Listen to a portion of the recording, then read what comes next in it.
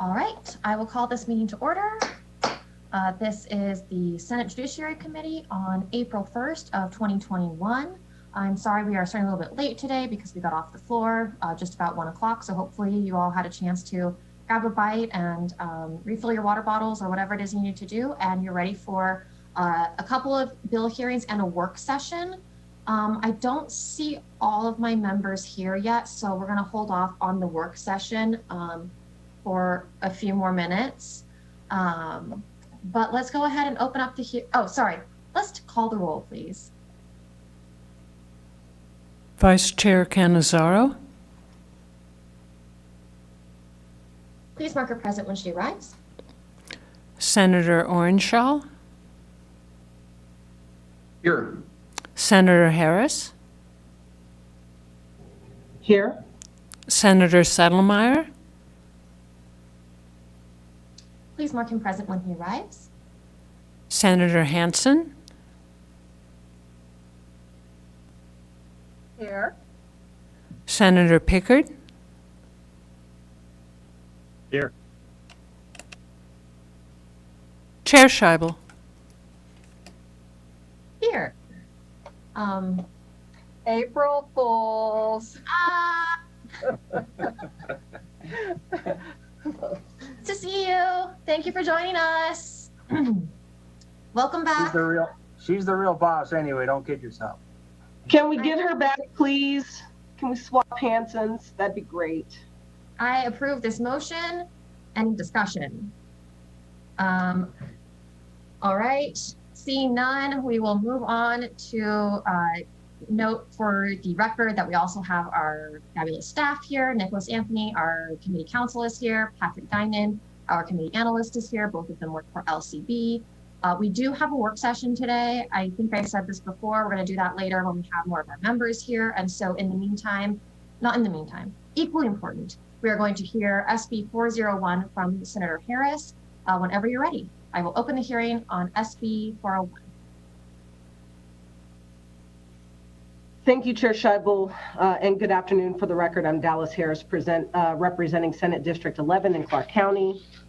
I'm here to present Senate Bill 401, which requires the reporting of certain information relating to pretrial detention. As was the case with SB 147 relating to no contact orders, which I presented to this body earlier this session, this bill arose out of the SCR 11 interim study on issues relating to pretrial release of defendants in criminal cases, which I had the distinct pleasure of chairing this past interim. In lieu of being repetitive, I'll skip the SCR 11 background and move directly into Senate Bill 401 as it is before you today. Senate Bill 401 establishes the reporting component of the 5 pretrial release bills arising out of SCR 11. The general reporting concept for this bill was originally brought to the SCR 11 committee from both the bail industry and interested community stakeholders, such as PLAN. Additionally, the reporting concept relating to persons held in jail on low bail amounts and for periods longer than a week was brought to the committee's attention from representatives of the Clark County Detention Center. As we learned during the interim, accurate and complete pretrial release data impacts every corner of the bail system. Turning our attention to the provisions of the bill. Section 1 of SB 401 requires justice courts, municipal courts, and district courts to maintain certain records concerning pretrial detention and to submit the records to the administrative office of the courts at least quarterly. Section 1 specifically details the information to be included in the records. I will quickly highlight some of the information, including 1, the offense, 2, whether the defendant was admitted to bail, denied admission to bail, or released without bail. 3, the amount of bail set or the conditions imposed for release without bail. 4, the dates on which the defendant was taken into release from custody. 5, whether defendant was given a hearing to determine admission to bail or release without bail. 6, whether the defendant failed to appear, was arrested for a violation of a condition, or was arrested for a new offense while released on bail. And 7, the sentence imposed on the defendant. Section 2 of SB 401 requires the court administrator to compile total numbers based on the information required to be maintained in Section 1, and to quarterly submit such information to the director of the LCB for transmittal to the legislature or to the Advisory Commission on the Administration of Justice if the legislature is not in session. Finally, sections 3 and 4 of SB 401 require county and city jails to notify the court having jurisdiction over a defendant in a criminal case if 1, the defendant is in custody for more than 7 days after the amount of bail is set, and 2, the amount of bail is set at $25,000 or less. This will alert the courts if someone is truly sitting in jail because they simply cannot afford bail. In conclusion, I believe this bill establishes much needed data collection and reporting requirements, which will enable future policy decisions regarding pretrial release to be data driven. As you've heard with other criminal justice bills this session, for far too long, Nevada has suffered from a lack of accurate data upon which to make important policy decisions. It's my hope that this brief discussion highlights the need for this important legislation so that we may glean insight into how to most efficiently ensure the safety of our community by learning at a minimum who is in our jails awaiting trial, for which offenses, and for how long. I strongly urge your support of Senate Bill 401. Thank you, Chair and committee members, and I'm happy to answer any questions that you may have.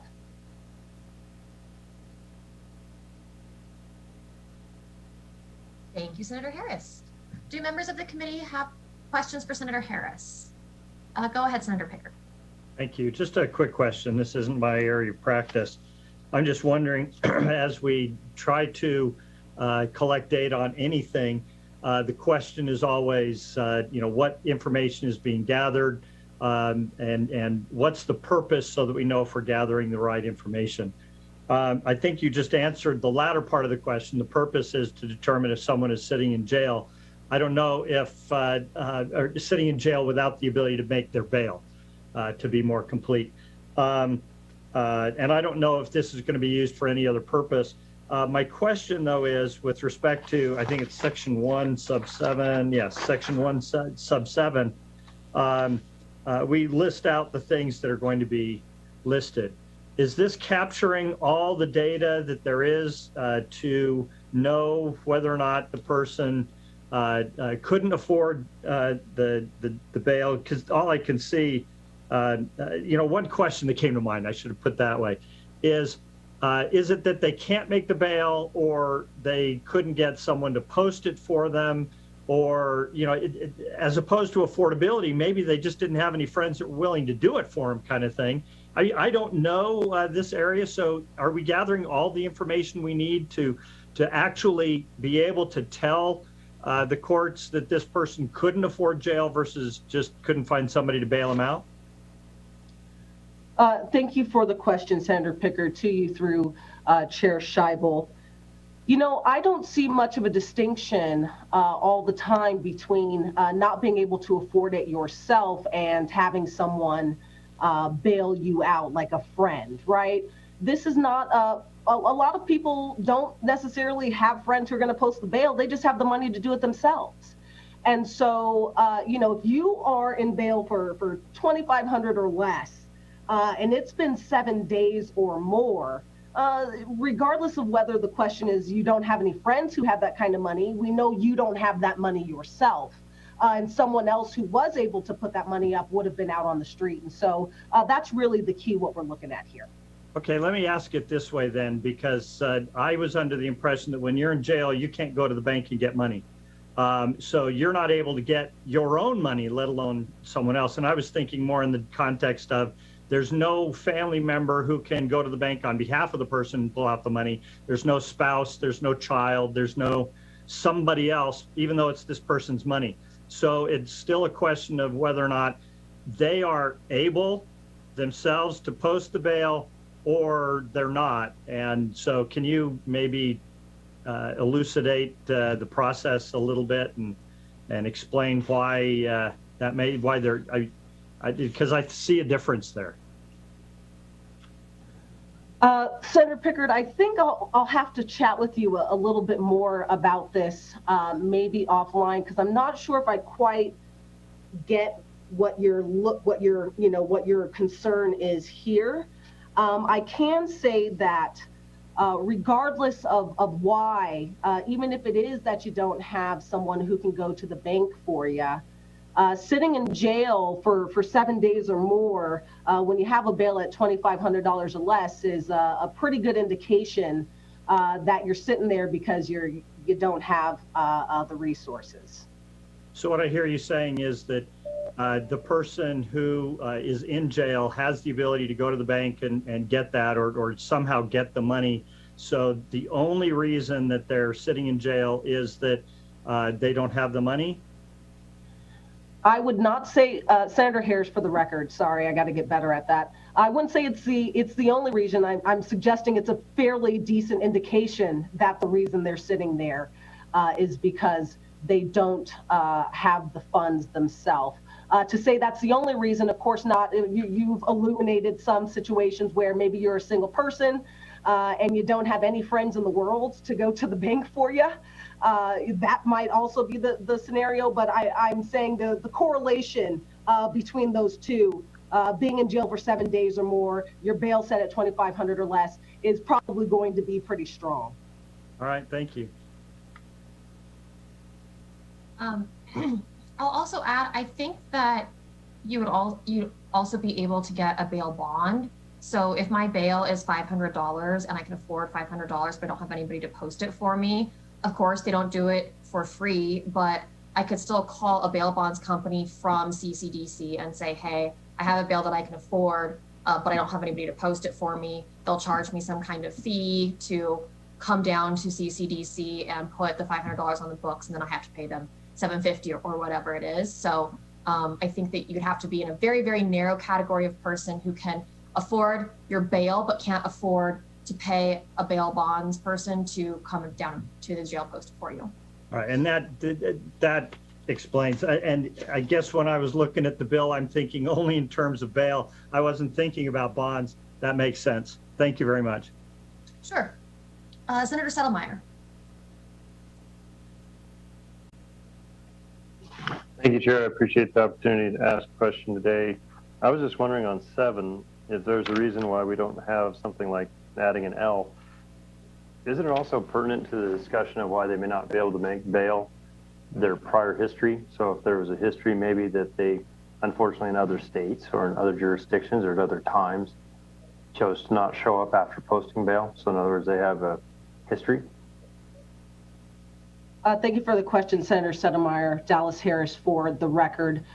You are correct, but in that case, what would likely happen is that the bail would be set at a higher amount because of those prior instances where they failed to appear. And so if it's $2,500 or less, right, that's why there's that monetary value to it, then we're pretty got a good idea that you just can't afford it. Now, the amount of your bail may be higher in order to try and account for previous times where you fled. But that's where you would see that correlation there. But isn't that the exact point, Senator Harris, that shouldn't you have that information in this analysis so that when you're looking at this information, you say, well, gee, you know, this guy, he has a $2,500 bail and it's just totally improper. I mean, after all, he just unfortunately stole a candy bar. And some people might say he just needed it because he was hungry. But in that respect, if you actually had L on here talking about previous history or priors, you might be able to determine, well, maybe the judge put this at this level due to the reality that he has fled bail 3 times before or something of that nature. But without having that information, how do you necessarily have enough information to make a decision? Thank you for the question, Senator Settlemyer. You know, I think you're hitting on a decent point here. I don't personally have any history of, I don't have the data in front of me of how often bail is set at $2,500 or less when someone has a substantial history of fleeing. But I would suggest that it's probably not that often. And there's nothing, I think, in the bill that would preclude, of course, the judge from finding the proper amount. We've got other bills that would ask them to take into consideration a person's income. And of course, there's always that factor of risk of fleeing and risk of safety to the community that goes into setting the proper bail amount. I appreciate that, Senator Harris. I still believe that we should think about adding L, prior history. so that way, as people look at all of this data, they can make informed decisions. Thank you. Thank you. And if it's okay with you, Madam Chair, I would just like to make one more point to Senator Sedlmayr's question here. I would also note that part of the issue here is regardless of how many times you fled, right?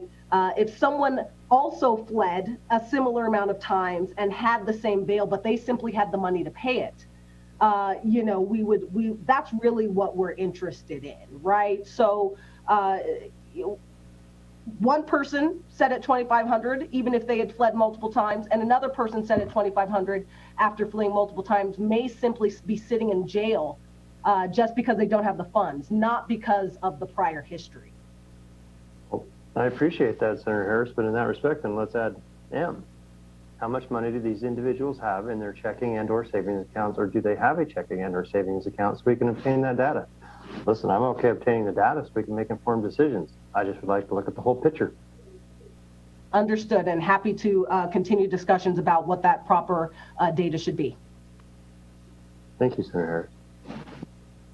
Thank you both. And I'm once again going to weigh in here because I also sat on the bail study. And I think that it's important, and I'll also be presenting a bail bill in just a few minutes here. So I'll take this opportunity to give a little bit of history about, even though you guys already heard the history, but there's a very important decision, Valdez-Jimenez, that we've talked about before. And one aspect of that decision by the Supreme Court was to say that when the court sets a bail that the defendant cannot meet, and that serves as a de facto pretrial detention, that is not a violation of the Constitution. This is a hotly contested position, but that was the court's ruling. And so what that enabled people to do in the criminal justice system was to ask for a bail that could never be met as a means to hold somebody in pretrial detention. What I think this bill aims to do is to count the number of people for whom bail is serving as a pretrial detention mechanism, whether it was intentional or not. The question of whether we intended for that to be the outcome of the bail versus it being an unintended consequence is a separate policy question that I think is addressed in a couple of other bills coming forward this year. The point of gathering this data is to say how many people are experiencing pretrial detention as a result of their bail setting. And then to your point, Senator Sedlmayr, we do want to ask that additional question of, was that on purpose? Did we mean to hold them pretrial detention by setting an unattainable bail, or was it an unintended consequence of setting that bail? Thank you. Sure. Are there any other questions from members of the committee? I am not seeing any, so we will go to testimony in support of SB 401. Thank you, Chair Scheibel. To testify in support on Senate Bill 401, please press star 9 now to take your place in the queue. Once again, to testify in support on Senate Bill 401, please press star 9 now to take your place in the queue.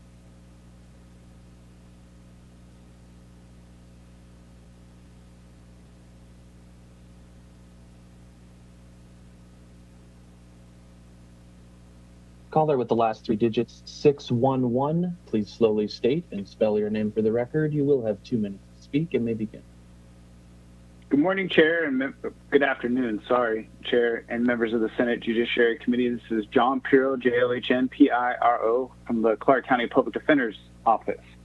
I'd like to thank Senator Harris for presenting this bill today.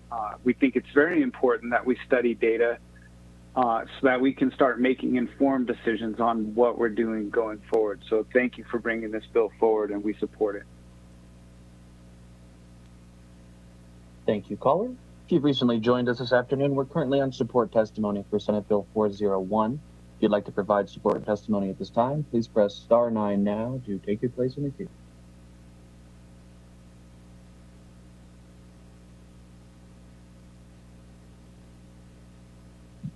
Caller with the last three digits 039, please slowly state and spell your name for the record. You will have 2 minutes to speak and may begin.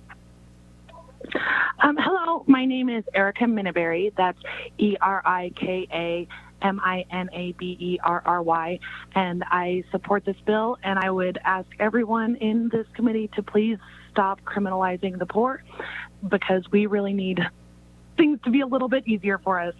Thank you. Thank you, caller.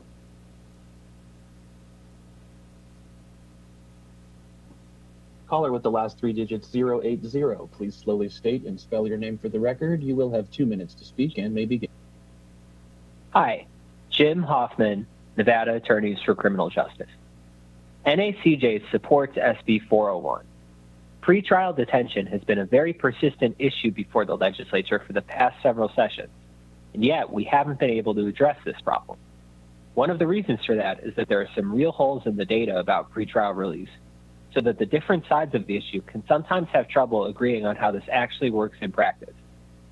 SB 401 would allow us to collect that data so that we can all operate from a common understanding of the scope of the problem, and hopefully do a more comprehensive job of solving it. Thank you.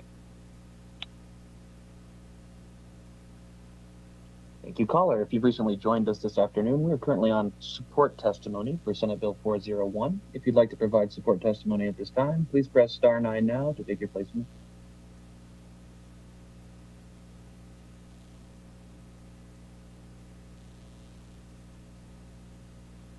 Caller with the last three digits 318, please slowly state and spell your name for the record. You will have 2 minutes to speak and may begin.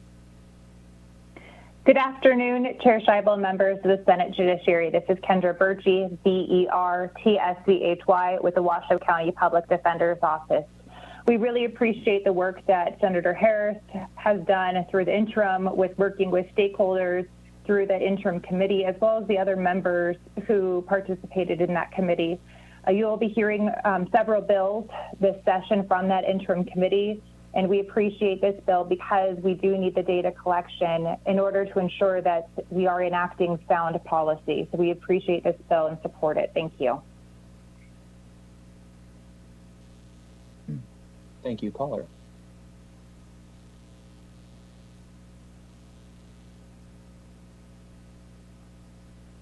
Caller with the last three digits 142, please slowly state and spell your name for the record. You will have 2 minutes to speak and may begin. My name is Kaylee Barnett, KAILEY-BARNETT for the record. I'm a Reno, Nevada constituent born and raised in Las Vegas. So I have been in Nevada for my whole life. I don't believe someone should be held in jail because they can't afford to pay for bail. I believe we need to end cash bail. Anjanette Damon of the Reno Gazette-Journal wrote a very informative investigative journalist piece, Death Behind Bars, which outlines an increase of death in Washoe County Jail the last few years. Justice for Nico Smith, Thomas Purdy, and Justin Thompson. I yield my time. Thank you. Thank you, caller. And for those of you who've just joined us this afternoon, we are currently on support testimony for Senate Bill 401. If you'd like to provide support testimony at this time, please press star 9 now to take your place in the queue.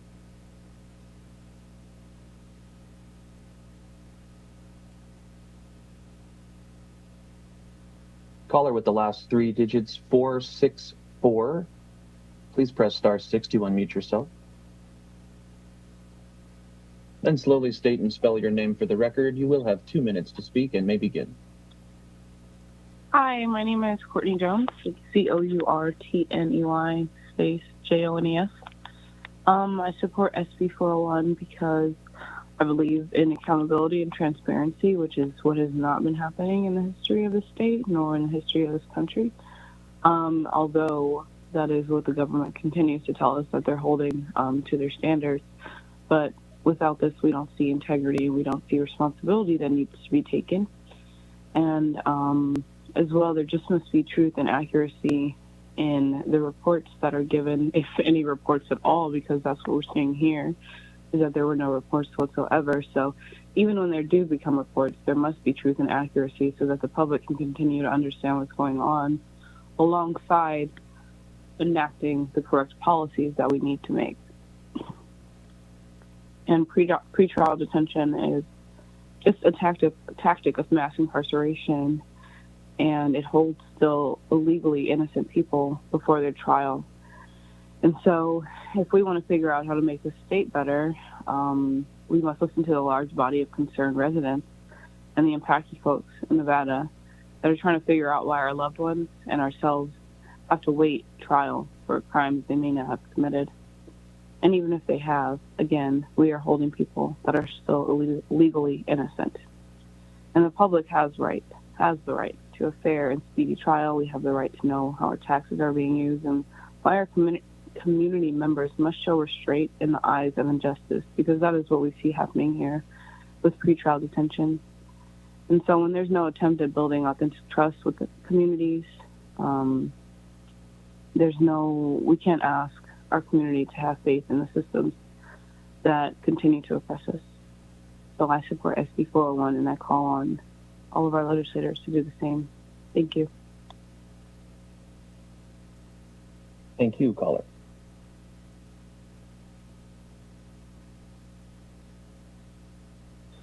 Caller with the last three digits 140, please slowly state and spell your name for the record. You will have 2 minutes to speak and may begin. Good afternoon to the Senate Judiciary. This is Mark Ebel, M-A-R-C-E-B-E-L. I want to thank Chair Scheibel for the time today. I want to applaud Senator Harris for introducing SB 401. I want to echo all of the important comments about the need for better data in Nevada. It's an absolute, in most states, there's a sore lack of accurate data of who's in jail, why, for how long, et cetera. So I'm in full support of it. Thank you. I'll yield the rest of my. Thank you, caller. If you've recently joined us this afternoon, we're currently on support testimony for 401. If you'd like to provide support testimony at this time, please press star 9 now to take your place in the queue.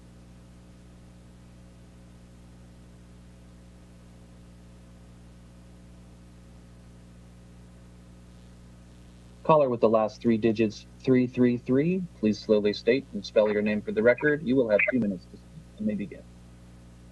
Daryl Deshaw, D-A-R-Y-L, D-E-S-H-A-W.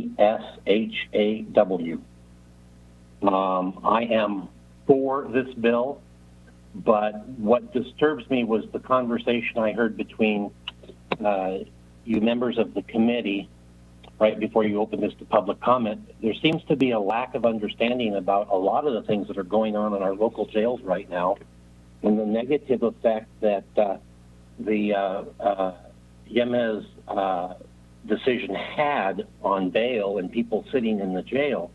Even though our jail's 30-some% down in capacity from what it's been, the end result was you've ended up with more people with low bails that no one will bail them out, and it has nothing to do with their ability to get bailed. But I can just plug it into one example here, and this kind of tells me what you've got to open up and look at. I had a call the day before yesterday from a gentleman in Henderson. He's being held on 2 bails there, a $1,200 cash bail and a $305 bondable bail. And he has 2 open felony cases in Las Vegas Justice Court, and both of those have 7 to 8 A and B felonies on them. He has a history of like 60 felony cases divided between the 3 courts here in the Valley. He has a long history of not showing up. The one he's in jail for now is for absconding on bail, and he wanted me to bail him out, and he has the money to bail. But here's the problem. I turn around and bail this guy out on this misdemeanor, and he turns around and goes over to these felonies in Las Vegas Justice Court or District Court, where he's been ordered to be on low-level monitoring, and he's going to turn around and he's going to get out and he's going to cut that monitor off, and he's got all the reason in the world to hide, and I'm going to end up paying that bond because I'm not going to find him in the time it takes. So the value of a bond should have nothing to do with the person's ability to pay. It should be based on an amount of money that's going to assure that that person's not going to sacrifice it. And what is ultimately important at these, and some of the bigger ones, is you get a friend or family member to sign for them. Shared responsibility. because then there's some accountability. They feel somebody that they feel an accountability to. If they don't have an accountability to the person that's signing for them, they're going to take off.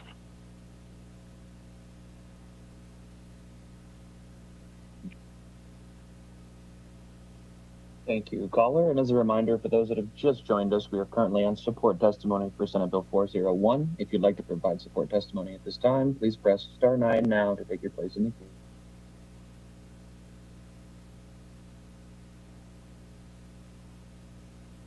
Caller with the last 3 digits, 963. Please slowly state and spell your name for the record. You will have 2 minutes to speak and may begin. Hello, my name is Yesenia Moya. That is YESENIAMOYA. I'm a local community member that's also been affected by this. I have had, I'm actually really disappointed in hearing the conversations that have been happening. I think it is dehumanizing and utterly kind of destructive and destroying to me the way that folks are addressing this issue. And honestly, it doesn't come down to not wanting to pay. It doesn't come down to not being able to pay. But the fact that bail and cash bail is inhumane and it directly affects and targets Black and brown communities that have been minoritized and marginalized in the state. This isn't a question about if it's a problem. No, it is dehumanizing. And I am disappointed in hearing the language. And I am here in support of SB 401 because I have plenty of family members who I've had to bail out myself. And me myself, I've had to been bailed out before. And it was something that if you don't have the resources, then your loved one is locked up or you're locked up and you can't get out. Now you try and solve a problem being locked up. I would like to see you try. Thank you. Thank you, caller. As a reminder, we are currently on support testimony for Senate Bill 401. If you've recently joined us or have missed previous prompts, please press star 9 now to take your place in the queue.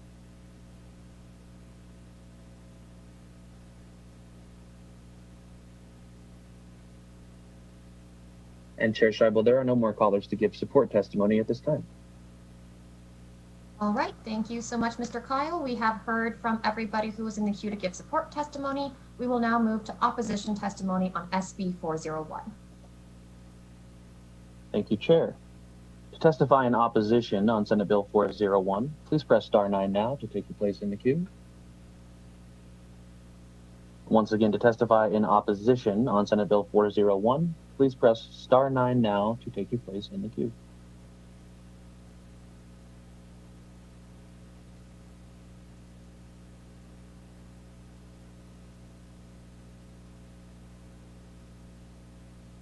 And Chair, at this time, there are no callers to give opposition testimony on SB 401. All right, thank you. Let's move then to neutral testimony on SB 401. Thank you, Chair. To testify in neutral on Senate Bill 401, please press star 9 now to take your place in the queue. Once again, to give neutral testimony on SB 401, please press star 9 now to take your place in the queue.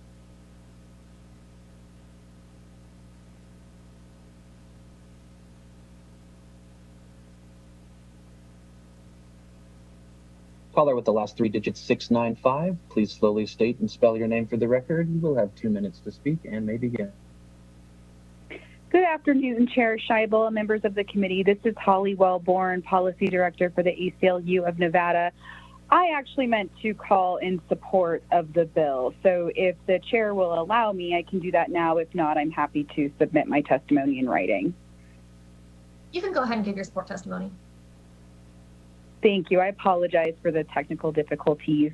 I just want to thank Senator Harris and all the members of the Interim Bail Study Committee. I had the pleasure of presenting the bill establishing that study committee last session on behalf of Majority Leader Cannizzaro. So I do believe she's owed that credit. And she introduced that bill at the request of bail reform advocates during negotiations on a piece of legislation last session, and we want to thank her for that. These issues needed to be thoroughly discussed, and here we are with a package of bills that I think move the state in the right direction.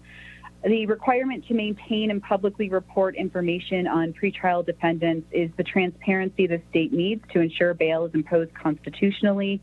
We appreciate the hard work of the Interim Bail Study Committee and encourage your support. Thank you. Thank you, caller. As a reminder, we're currently on neutral testimony for Senate Bill 401. If you'd like to provide neutral testimony at this time, please press star 9 now to take your place in the queue.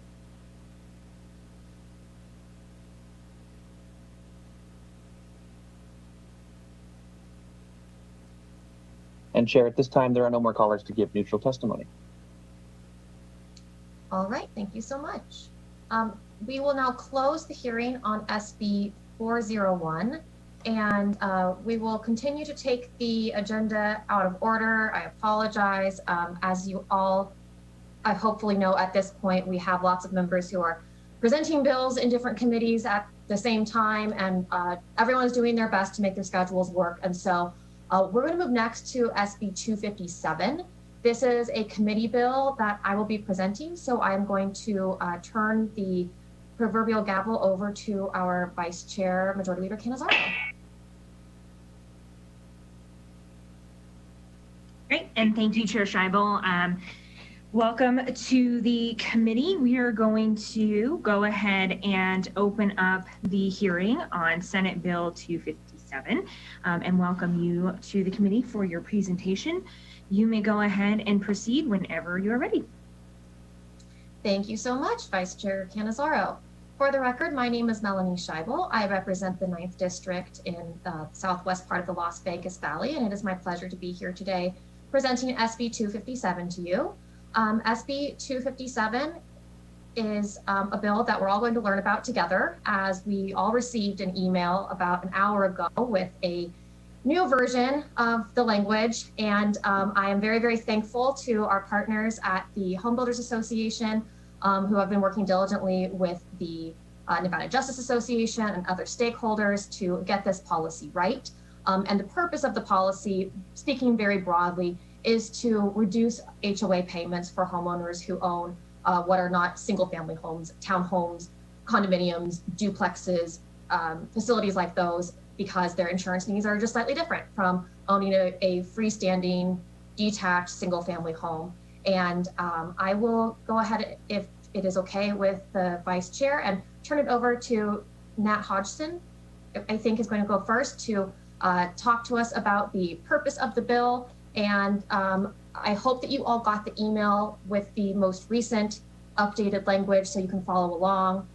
If anybody is missing it, please let me know so that we can sort that out. And I will stop you right there before you get started, Mr. Hodgson. It's good to see you here in the Committee on Judiciary. I just want to double check with our members who we have that you all, and you all can nod your heads that you got a copy of that amendment. I'm seeing thumbs up and a head nod. All right. I think everybody has it, so we're all working from the same set of notes. And Senator Settlemeyer, thank you very much. Mr. Hodgson, welcome to the committee. It's great to see you, and you can go ahead and proceed. Thank you very much. Good afternoon, Vice Chair Canizaro and committee members. I'm Nat Hodgson, the CEO of the Southern Nevada Home Builders Association. I'm proud to be with you today alongside Senator Scheibel to present SB 257. I often remind policymakers that the price of a home is a fairly simple math problem. Price of land, cost of material, labor, regulatory cost, plus time equals your house cost. For home buyers, the math is fairly straightforward as well. Monthly income minus existing debt payments is balanced against the anticipated monthly cost of the mortgage, taxes, and your HOA payment. It's a never-ending quest that I've had for almost a decade running the Home Builders Association to continue to try to keep costs down as low as possible and increase the percentage of attached product for access to the market. Attached product such as townhomes have a median price at tens of thousands of dollars less than attached product in today's market. And you can see that according to Home Builders research data, which you should have received in the email that went out late yesterday evening. Again, I apologize for the late information.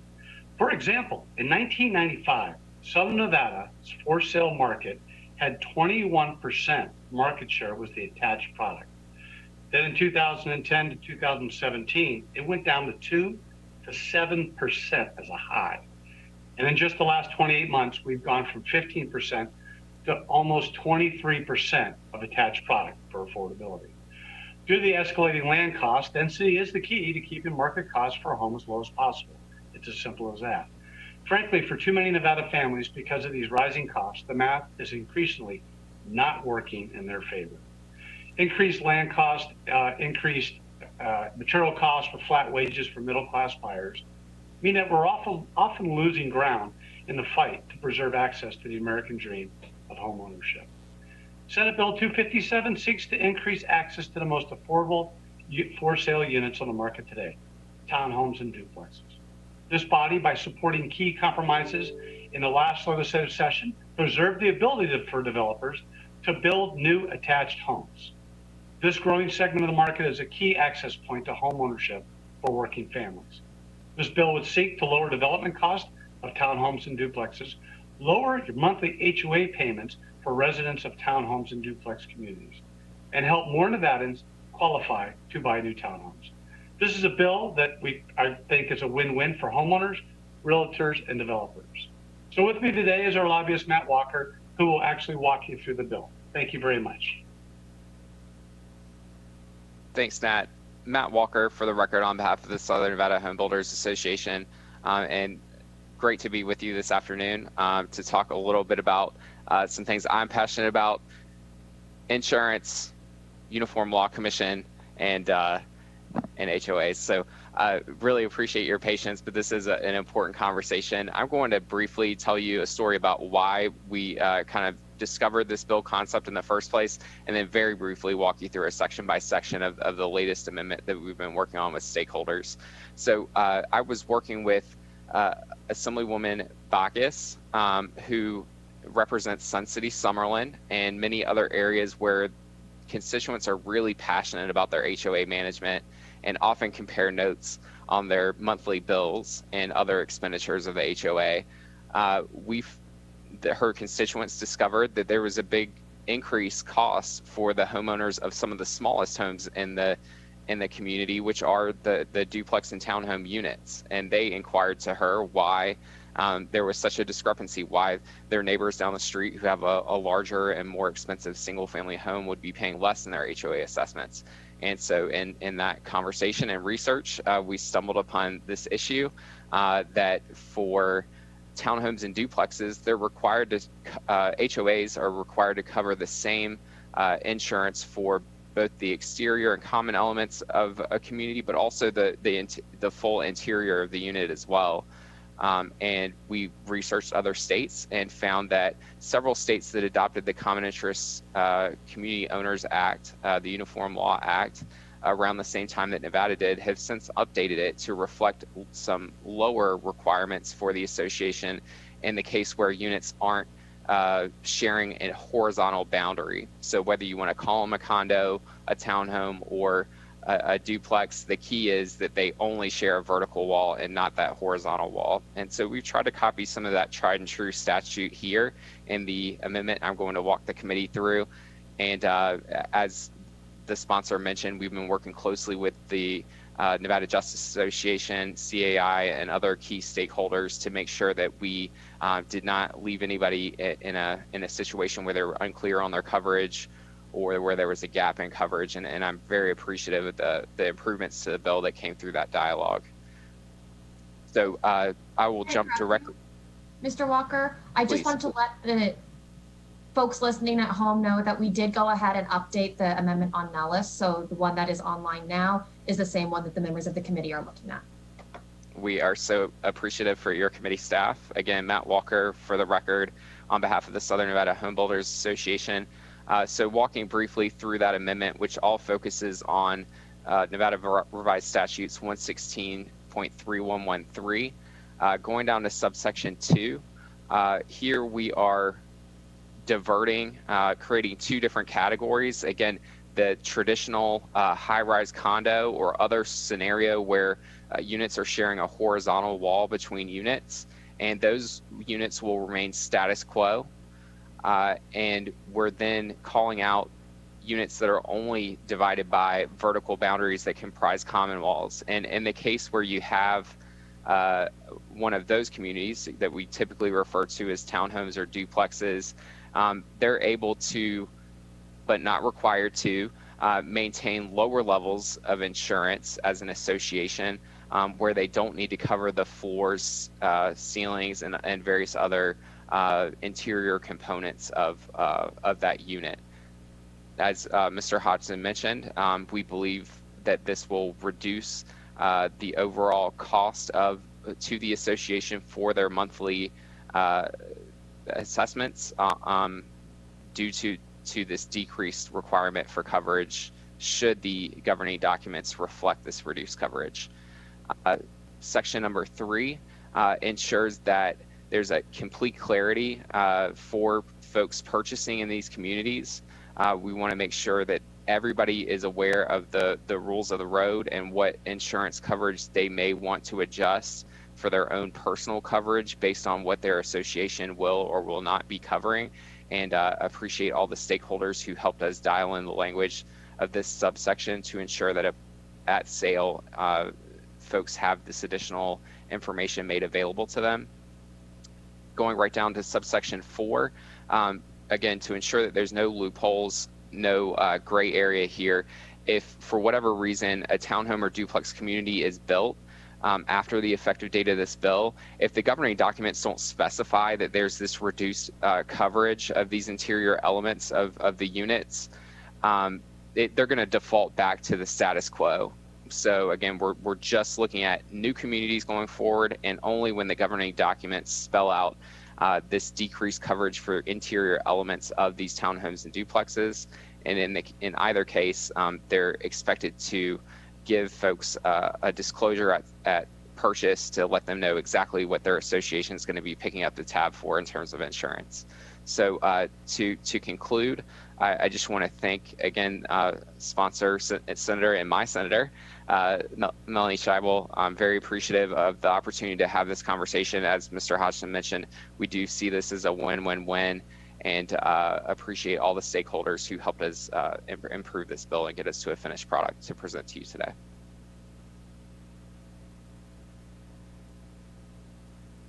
Thank you so much, Mr. Walker, as well, for being here today.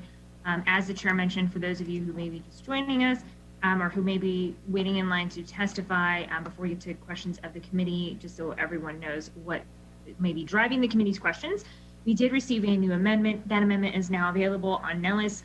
All members of the committee also have that particular amendment, which reflects some different language than is in the original bill. So we'll make sure we're focused on that particular amendment.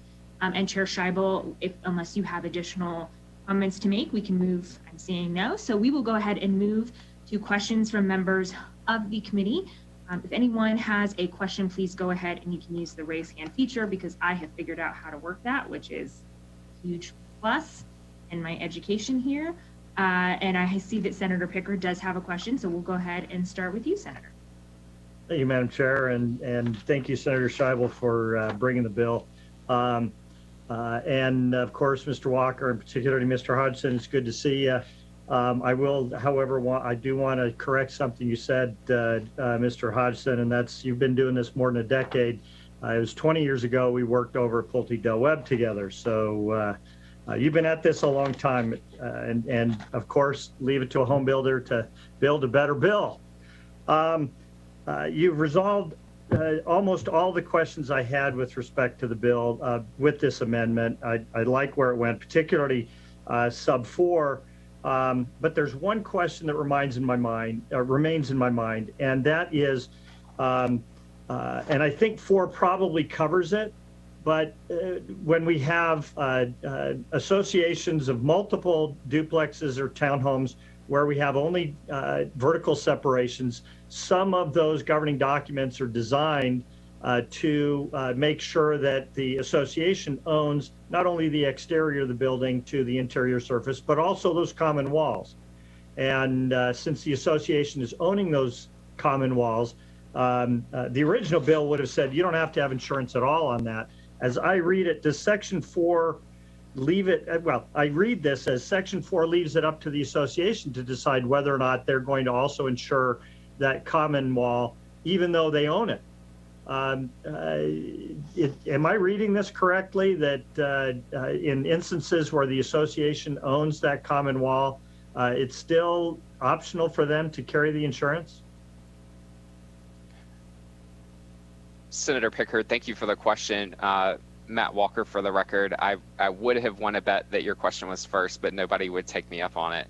But thank you for the opportunity to make a clear record on this.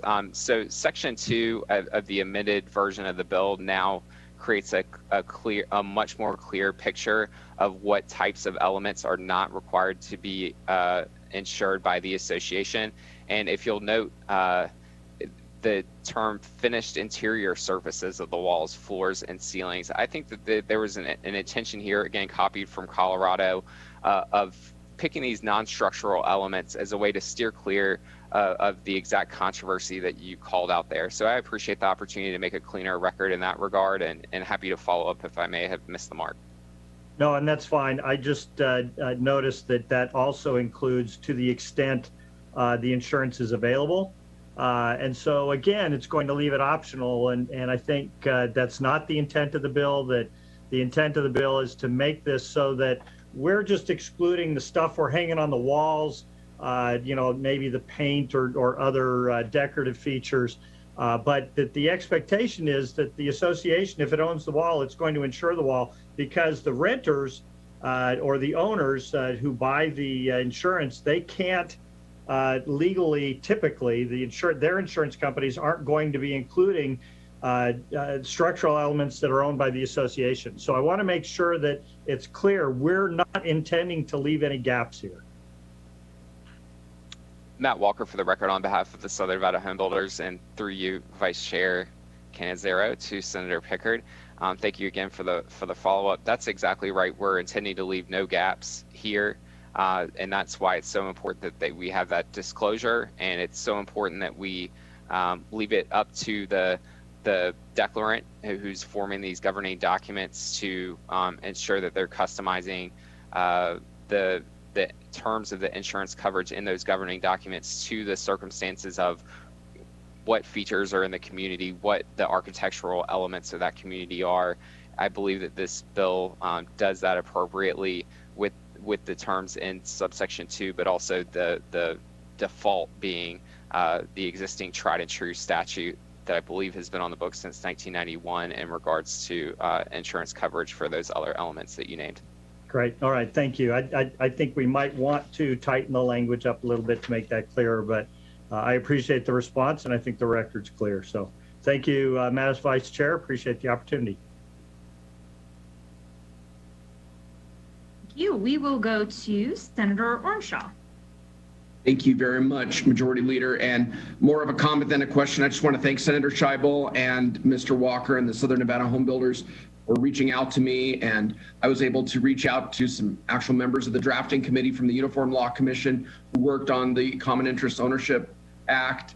And I appreciate your efforts in trying to make sure Nevada statutes stay uniform with the rest of the country that has adopted that act. So just wanted to thank you for trying to keep us uniform where we've adopted a uniform act. Thank you, Senator.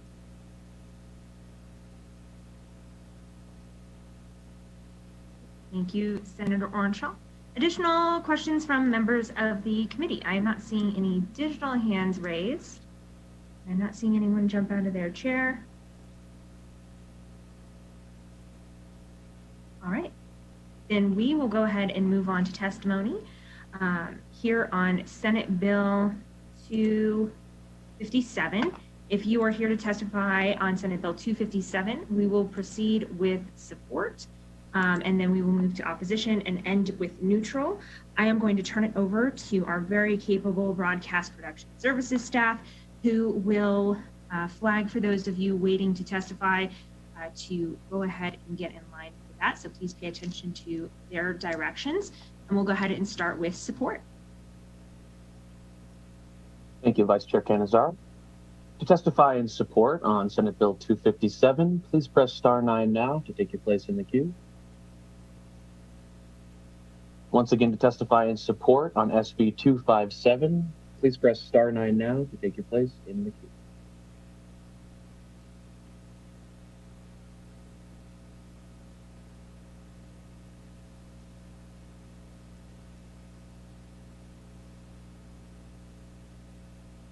Caller with the last 3 digits, 666. Please slowly state and spell your name for the record. You will have 2 minutes to speak and maybe.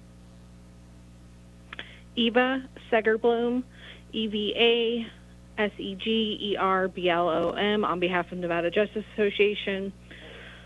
We are in support of the conceptual amendment. Unfortunately, I think it's wrong on Nellis, but it is the last one that Mr. Walker sent to the committee that has the disclosure language in Section 3 rather than a notice language.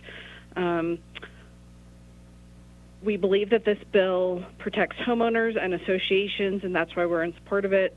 We also want to thank the sponsor for diligently working with us on many drafts of this bill, and we are happy with, again, the latest conceptual amendment that has the disclosure language in Section 3, which will hopefully be corrected on Nellis. Thank you. Thank you, caller. A brief reminder, we're currently on support testimony for Senate Bill 257. If you'd like to provide support testimony at this time, please press star 9 now to take your place in the queue.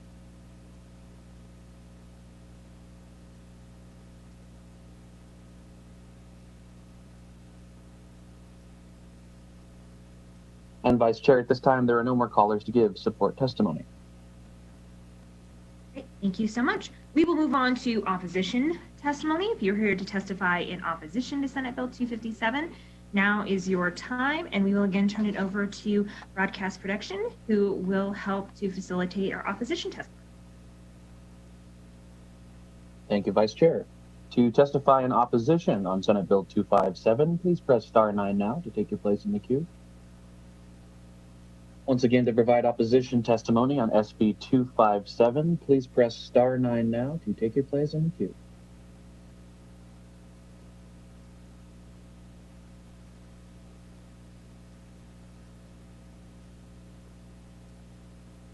And Vice Chair, at this time, there are no callers to give opposition testimony. Then we will move on to our last bit of testimony. Those of you in the neutral position, if you're here to give neutral testimony on Senate Bill 257, please pay attention to our broadcast production services, and we will get you started. Thank you, Vice Chair. To testify in neutral standing on SB 257, please press star 9 now to take your place in the queue. Once again, to give neutral testimony on Senate Bill 257, please press star 9 now to take your place in the queue.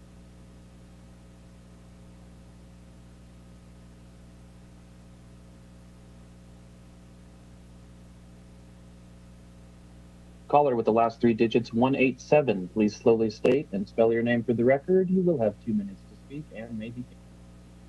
Good afternoon, Vice Chair and committee members.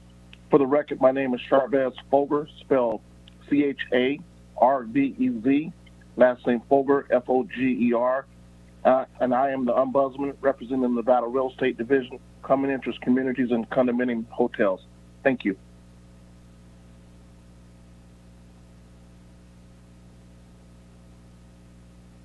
Thank you, caller. Once again, we're currently on neutral testimony for Senate Bill 257. If you'd like to provide neutral testimony at this time, please press star 9 now to take your place in the queue.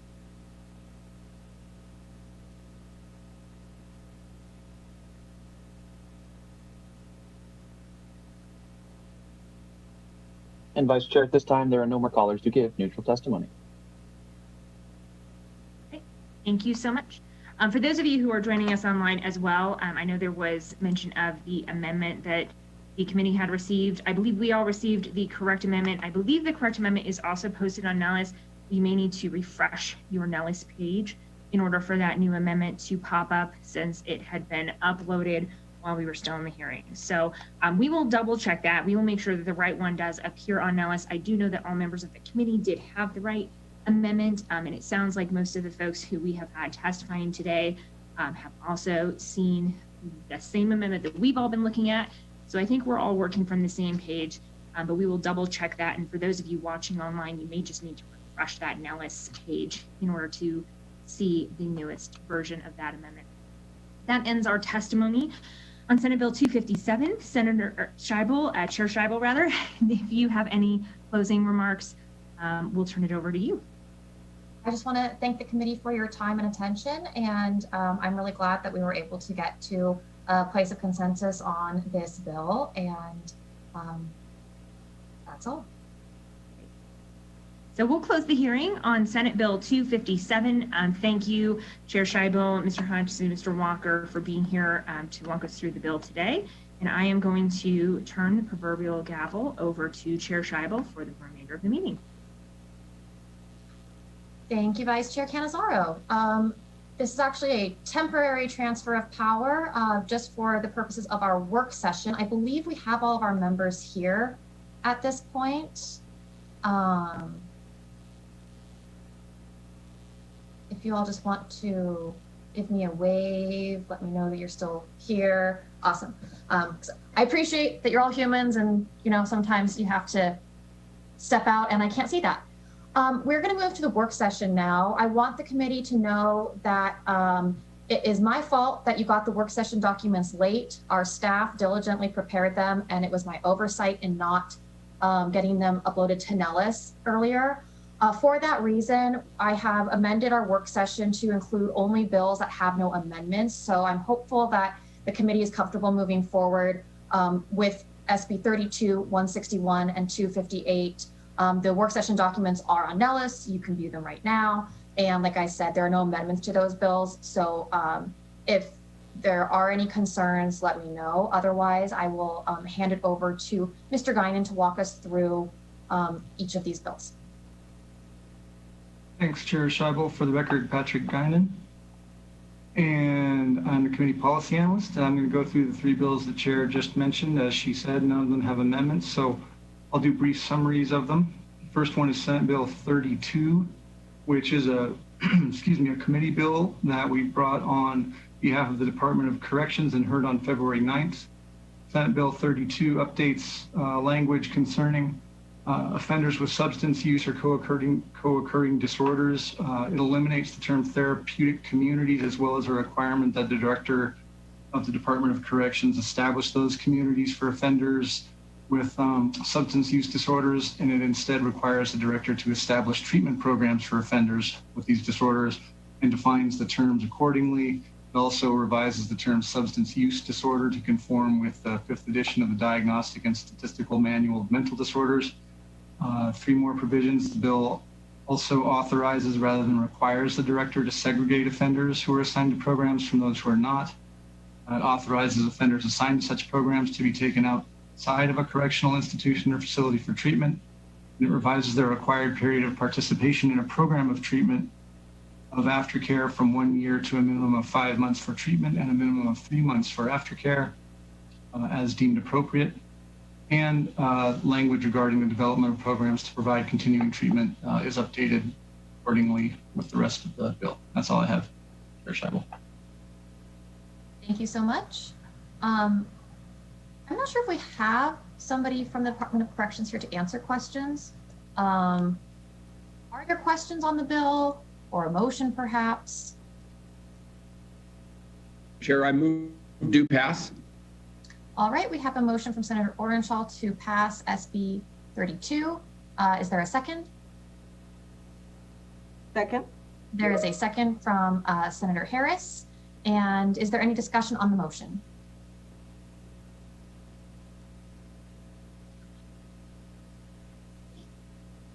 Seeing none, I will ask the secretary to take a roll call vote. Vice Chair Cannizzaro? Yes. Senator Armshaw? Yes. Senator Harris? Yes. Senator Settlemyre, Yes. Senator Hansen, Yes. Senator Pickard, Yes. Chair Scheibel. Yes. With that, the motion carries to do pass SB 32. Is there a volunteer to take the floor statement? All right, Senator Armshaw, thank you so much. Next, we will move on to SB 161. Take it away, Mr. Guinan. Thanks. Excuse me. Thanks, Chair Scheibel. Again, Patrick Guinan for the record. We're at Senate Bill 161 now. This committee sponsored this bill on behalf of the Sunset Subcommittee of the Legislative Commission. We heard it on March 26th. This bill eliminates the Advisory Committee to study laws concerning sex offender registration, and it transfers those duties to the Advisory Commission on the Administration of Justice, as well as transferring any funds remaining in the committee's account. There are no amendments to the bill, and just remind the committee that in testimony we had representatives of the Attorney General's office go through the bill and explain that they're happy to take this on as their part of the Advisory Committee on the Administration of Justice. So that's all I have, Chair. Thank you so much, Mr. Guinan. Any questions on the bill or perhaps a motion? Move to pass. We have a motion from Senator Pickard to pass. We have a second from Senator Hansen and Senator Harris and Senator Armshaw. Any discussion on the motion? Not seeing any, we will move to a roll call vote, please. Vice Chair Cannizzaro, Yes. Senator Armshaw, Yes. Senator Harris, Yes. Senator Settlemyre, Yes. Senator Hansen, Yes.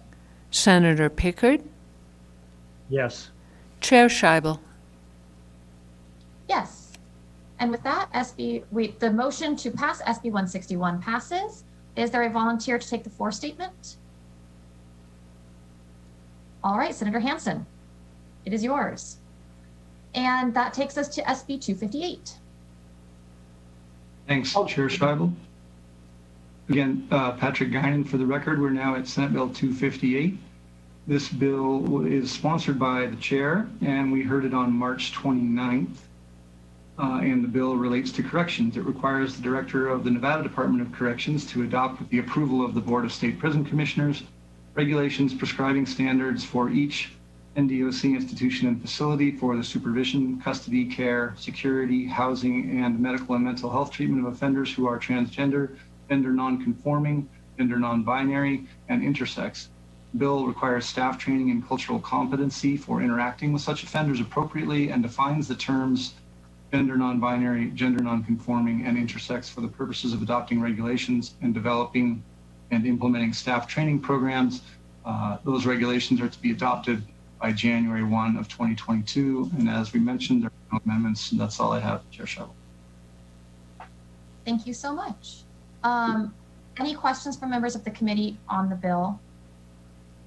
I'm not seeing any. I would like to ask Mr. Anthony, you had provided to me an explanation about the definition of transgender in the Nevada revised statutes. Would you mind sharing that with the rest of the committee? Sure. Thank you, Chair Scheibel. Nick Anthony from the Legal Division for the record. As the committee noted in their discussion on the bill when it was up before the committee, transgender is not defined in the NRS. It's not defined in Chapter 209, the title, or anywhere else for that matter within the NRS. Thus, it would be given its plain and ordinary meaning. The reason some terms are defined in the bill, like gender non-binary, gender non-conforming, those are defined because they do not appear anywhere else in the NRS and do not necessarily have a plain meaning. Transgender does appear approximately 21 times in the NRS, and it's a fairly well-known common term and would be given its common, ordinary, and plain meaning by a court interpreting the bill. Thank you, Chair. Thank you, Mr. Anthony. Any other questions on the bill or a motion? I'll move to do pass, Chair Scheibel. Second. All right. We have a motion to do pass from Senator Harris, a second from Senator Armshaw, and Senator Settlemyre. Did you want to weigh in, or are you also seconding the motion? Madam Chair, in the discussion during this bill within Senate Bill 258, it became apparent that we're only talking a very limited number of individuals. And to me, the concept of creating a statewide plan seemed to be problematic rather than allow the individual directors to develop individual plans based on each specific location. I think it was indicated there was something like 4 or 5 people within the state. So in that respect, I don't think I can support this legislation because I think it puts us in a situation where we're actually micromanaging situations that we're not necessarily familiar with, as well as the individuals who are dealing with it. So for that reason, I'll be opposing it today. So noted. Senator Hansen? Thank you, Madam President. Also, a no today. I think we're putting way too much of a burden on the Department of Corrections trying to come up with a lot of these things. Did a little research too. Several states have had similar type bills passed and policy changes that resulted in some significant problems when it came to men's and women's prison issues. So I will be a no. Thank you, Madam Chair. So noted. Any further discussion on the motion to do pass SB 258? Seeing none, we'll go to a roll call vote. Vice Chair Cannizzaro? Yes. Senator Armshaw? Yes. Senator Harris? Yes. Senator Settlemyre? Senator Hansen? No. Senator Pickard? No. Chair Scheibel? Yes. And with that, the motion carries, and I will assign the floor statement to myself. That concludes our work session, which allows me to hand the gavel back over to the Vice Chair for our last bill hearing, which is on SB 369. It is another bail bill.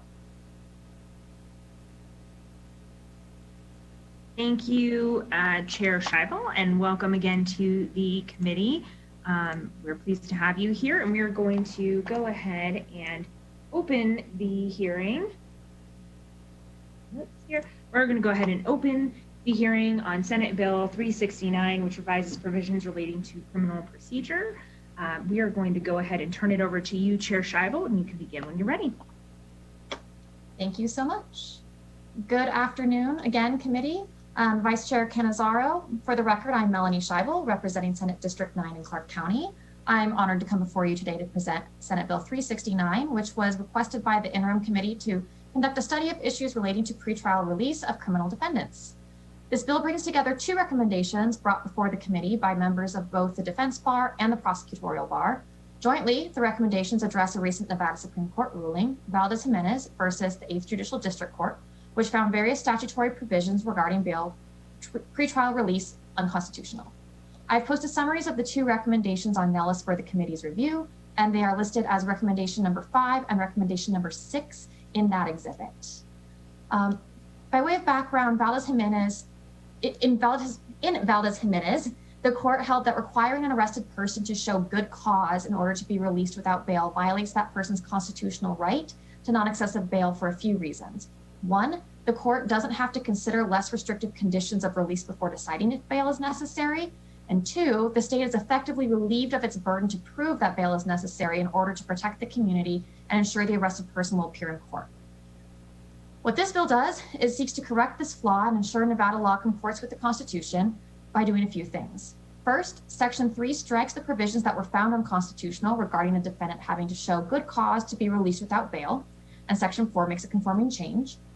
Second, Section 3 also provides a standard procedure for courts to follow when making pretrial custody determinations by consolidating previously separate procedures for releasing persons both with bail and without bail.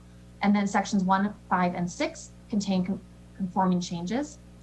Third, Section 3 requires a prosecutor who seeks to impose a bail or other condition of release upon a person to prove by clear and convincing evidence that the imposition is the least restrictive means necessary to protect public safety and ensure the person's appearance in court. A court is required to consider the prosecutor's request before imposing bail or any other condition of release. That is the substance of the bill, Vice Chair. I believe this legislation moves us forwards towards a more equitable and consistent pretrial release process that is based on the least restrictive means standard. I commend the interim committee for its hard work and thank this committee for its attention. I'm happy to answer any questions. I'll also point out that we have the chair of the study back with us, Senator Harris, who I will tag team if you ask me questions that are too hard. Hopefully no too hard questions. Thank you, Chair Scheibel, for your quick and efficient presentation.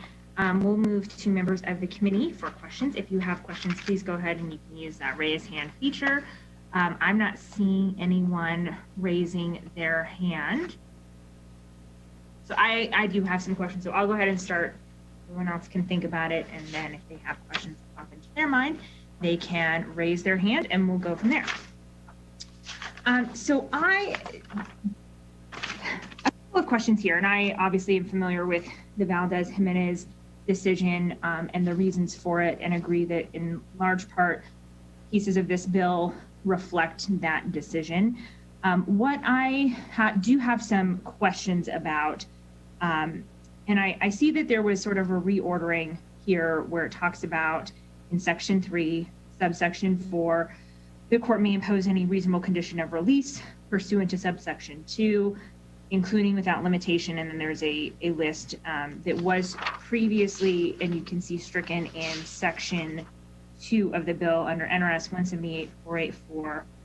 And it includes in there as a particular condition that the person who was arrested may have to surrender to the court any passport he or she possesses. Previously, that was a separate section of NRS that merely allowed the court to do so if the person had been arrested for a felony.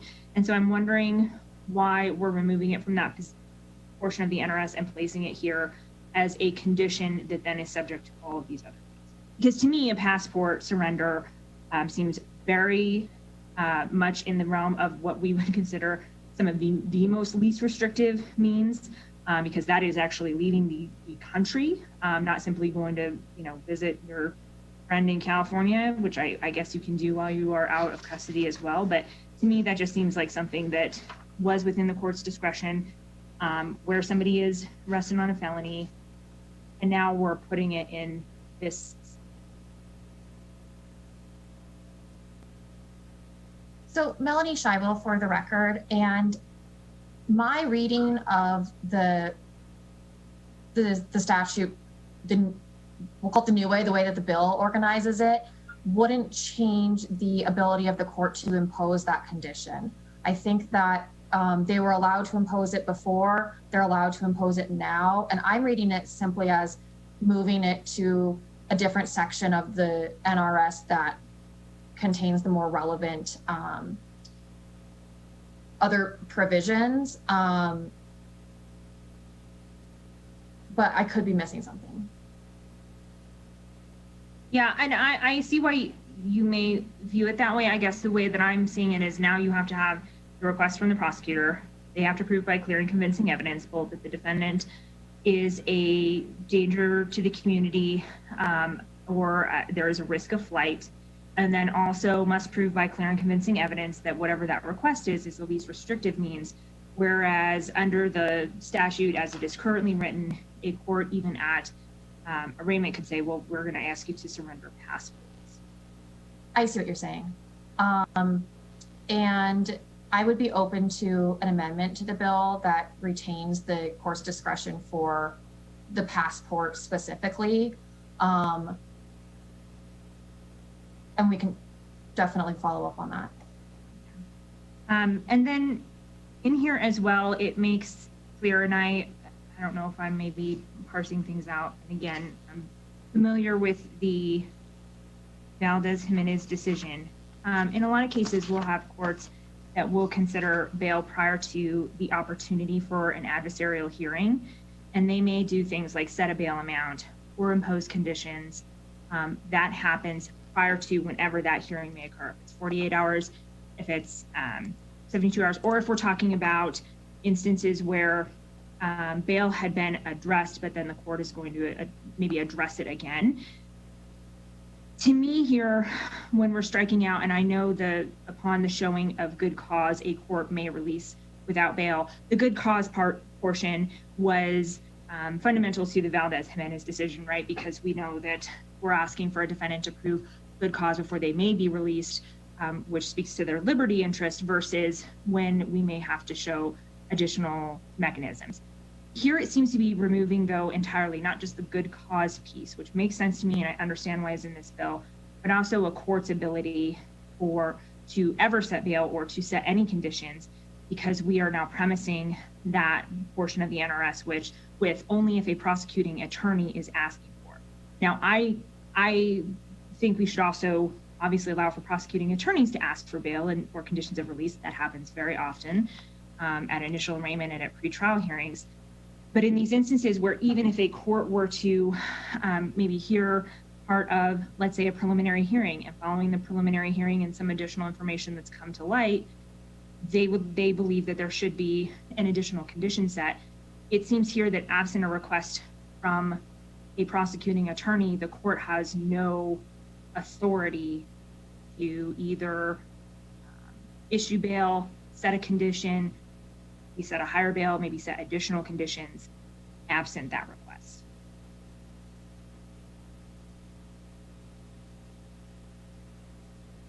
So, Vice Chair Cannizzaro, I'll take a crack at that, and I'll also be tagging in Mr. Anthony, who was the legal counsel for the interim committee.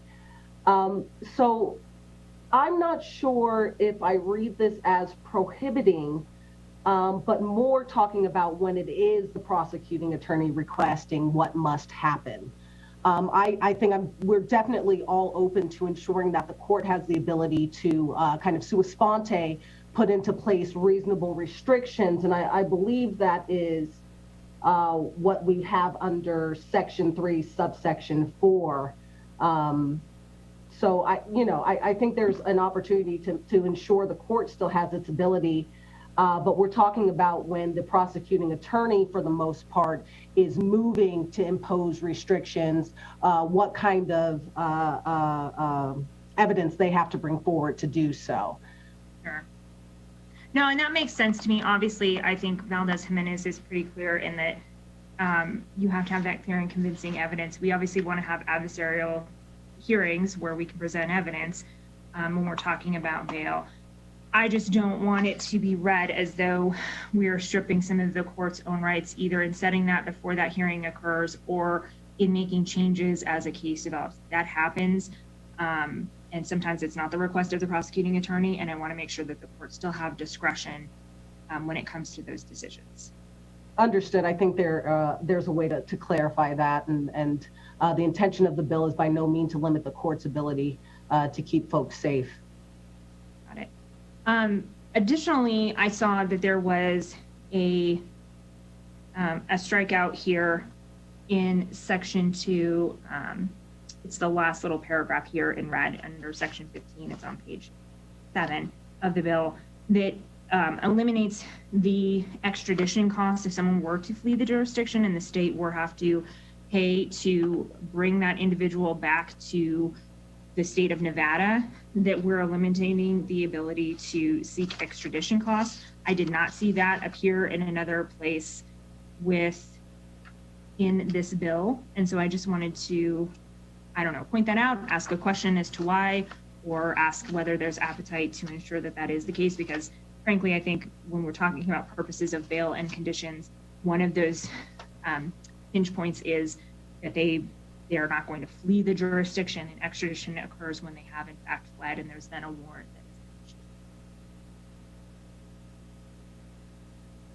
I think that's a great point, Vice Chair Cannizzaro, and I'll turn to Mr. Anthony. Looks like he's got a response about why that section might have been deleted. Thank you, Senator Harris, and to Senator Cannizzaro through Chair Scheibel. I believe it's in Section 3, Sub 9. That language, it's not all blue, but some of it was already existing, so we didn't repeat it in bill drafting, but it's there on, let's see, about 7/8 of the way down on page 9. Yep. No, thank you, Mr. Anthony. As always, you are much smarter and more adept than I, and it is there, so I do appreciate that. I had seen it in the strikeout language and did not catch it in that language, so I appreciate that. Thank you.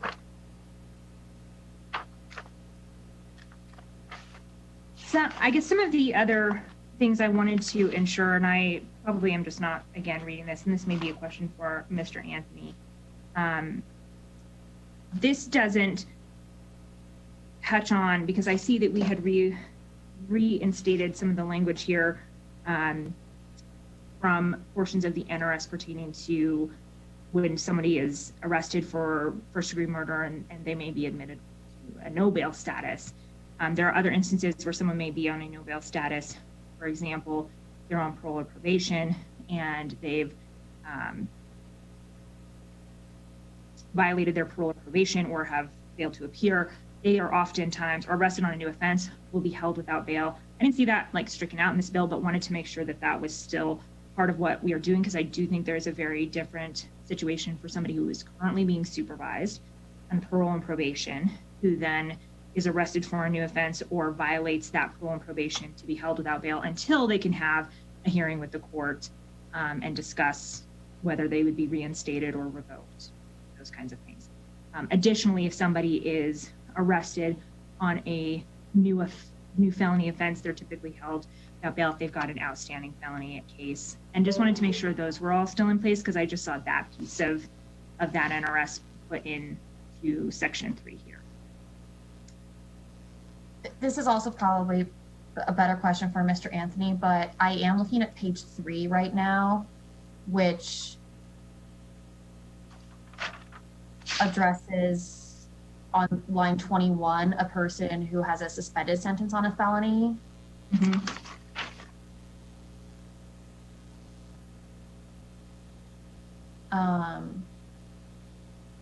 And it says that they will not be admitted to bail. So I think that addresses it, at least in part.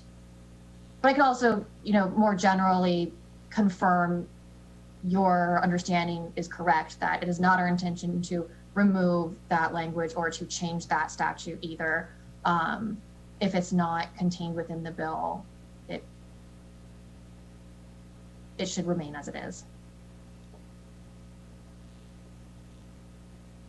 Chair Scheibel, Nick Anthony for the record. Yes, you and Senator Canizaro are absolutely correct. It was not the intention to change any of that. Rather, it was just for simplicity's sake in bill drafting and streamlining the process so that all appears in one section.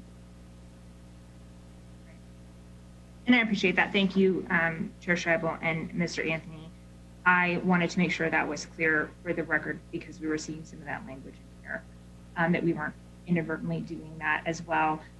And then I have just a sort of a question for the committee, and I don't know that I don't know if folks would be open to having this discussion. I think that's probably what it is a discussion, and we'll be happy to have that with you, Chair Scheibel, and Senator Harris, because some of the things that have come up in the context of the Valdez-Jimenez case and in some of those arguments in the Salerno case that is mentioned in there as well, is when we have individuals who are committing offenses with firearms, with guns, and whether there should be some additional language, because I do believe that those are more dangerous than a lot of other cases. And I think that would surprise nobody that I have said that. I've supported a lot of legislation in this legislature.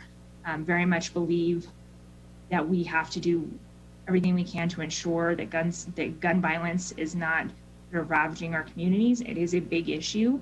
And I think that individuals who are committing crimes with weapons definitely pose a much bigger danger than someone who is in a bad situation because of drugs or is making poor choices because of some of the other things going on in their lives. And I don't know if there would be an appetite to have that conversation of whether we could do something to delineate that so that that is treated maybe a little bit more seriously. And that's not to say that somebody who commits an offense with a firearm shouldn't necessarily be out on their own recognizance, or that there might not be non-monetary prohibitions that would ensure the safety of the community, but maybe including some language that there should be some additional considerations from the court where someone does commit an offense with a firearm, And like I said, I would be happy to have those conversations. I just think they're much more dangerous.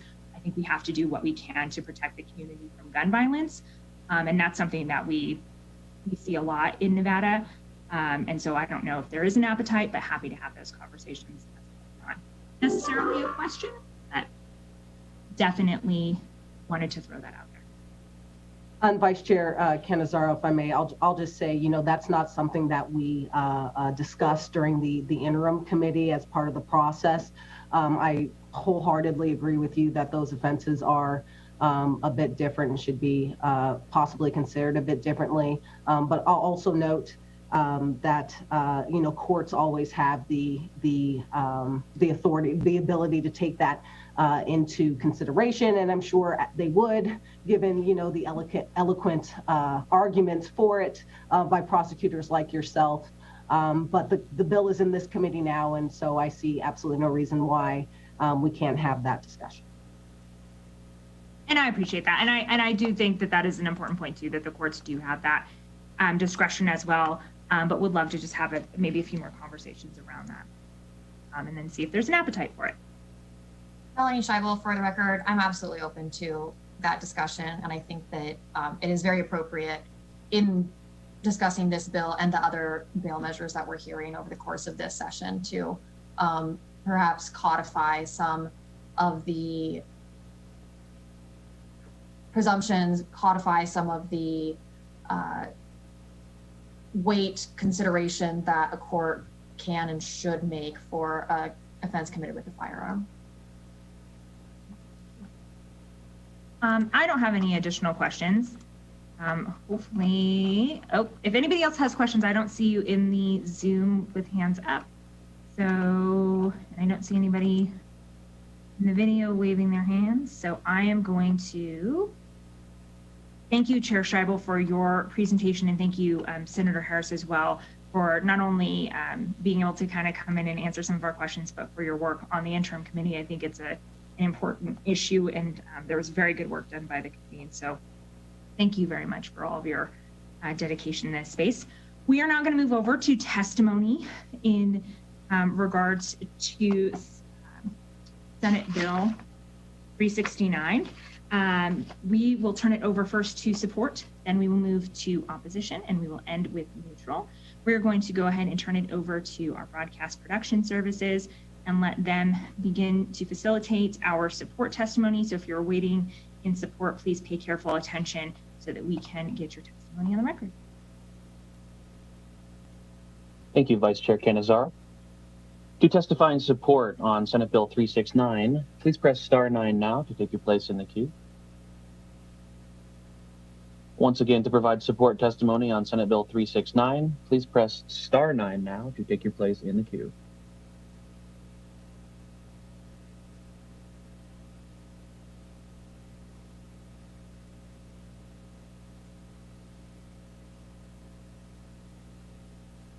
Caller with the last 3 digits, 611. Please slowly state and spell your name for the record. You will have 2 minutes to speak and may begin. Good afternoon, Chair and members of the committee. This is John Piro from the Clark County Public Defender's Office, JOHNPIRO. I'd like to thank the Chair and Senator Harris for their work over the interim session and for bringing this bill forward. For those of you that have been in the legislature for quite some time, you know that bail has been an issue that we have fought out in the legislature quite a bit. And then the Supreme Court delivered the decision of Valdez-Jimenez. Valdez-Jimenez took what's known. It's axiomatic that liberty is the norm and bail or restrictions on liberty is the carefully delineated exception. And we want to make sure that it stays that way. People who are accused of a crime are innocent until proven guilty, and so we want to make sure that courts treat them that way. Valdez-Jimenez also made sure that some prosecutors couldn't use monetary bail as a clandestine way to hold people in custody simply because they were too poor to afford bail. It sets ground rules for the hearings and how to argue and what to argue for, as well as the standard, clear and convincing evidence. It is our goal to maintain the strictures that the Nevada Supreme Court has put down and laid out for us moving forward. And so we thank the senators for bringing this bill forward, and we support the bill as written. Thank you. Thank you, caller. A brief reminder, we're currently on support testimony for Senate Bill 369. If you've just joined us and would like to provide support testimony at this time, please press star 9 now to take your place in the queue.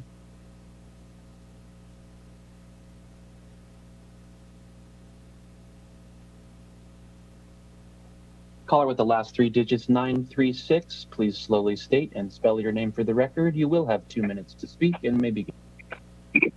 Hi, everyone. Again, this is Jamila Lewis, spelled J-M-E-E-L-A-H, last name Lewis, L-E-W-I-S. Thank you for having me today. I'm in support of this bill today because I know what it's like to be held on bail. As mentioned prior in a different testimony, I was one of the people who were incarcerated at this summer's protest, and I was incarcerated the first day. So what happened was I got hauled off in a bus to CCDC, and I honestly didn't know the process, but I was in a holding cell. I thought I was going to be able to be released, and I was told that we weren't going to be released on OR, which is our own recognizance, and that I had to pay $1,000 bail or I wouldn't be released. And I didn't know what that would look like for me. And for the first time ever being incarcerated, it was really confusing because I was told a plethora of different things, like you can OR, but we were restricted from ORing. And then also $1,000 is not something I regularly have access to. And luckily, due to the support of my boyfriend and some coworkers, I was able to be bailed out. But that's not a blessing that everybody else has, which is why I stand in support of this bill so that we can really end cash bail and make sure that people who can be in the free world are able to, especially if they can't afford something like $100 bail or $1,000 to pay their whole bail off. So thank y'all so much for hearing me. Please do the right thing. Thank you, caller.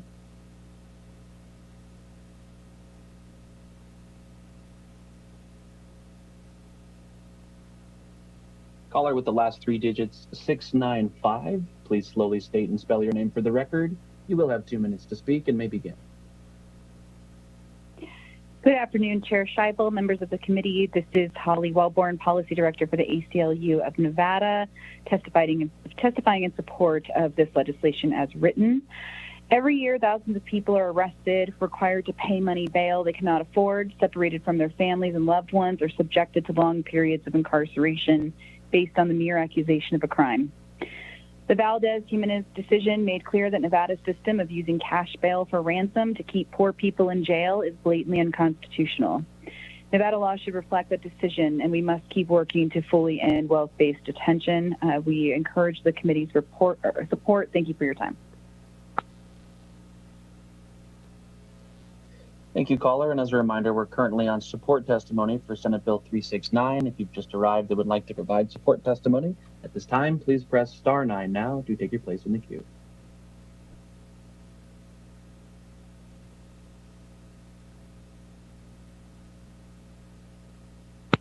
Caller with the last 3 digits, 080, please slowly state and spell your name for the record. You will have 2 minutes to speak and may begin. Hi, Jim Hoffman, Nevada Attorneys for Criminal Justice. NACJ supports SB 369. This is a simple bill. It is not changing how anything would actually work in practice. The provisions of this bill are all already a part of our law under the Supreme Court's decision in Valdez-Jimenez. Moreover, that decision was based on the Fifth Amendment requirement of due process. So the provisions in this bill are all required under the U.S. and Nevada constitutions. Again, this is not new. This is just taking some of that constitutionally required case law and putting it into statute. While NACJ believes that we should be doing more to address this issue, that is a conversation for a different bill. The current bill is simply bringing Nevada's statutes into compliance with the Constitution. We believe this is a common sense step that everyone should be willing to support. Thank you. Thank you, caller.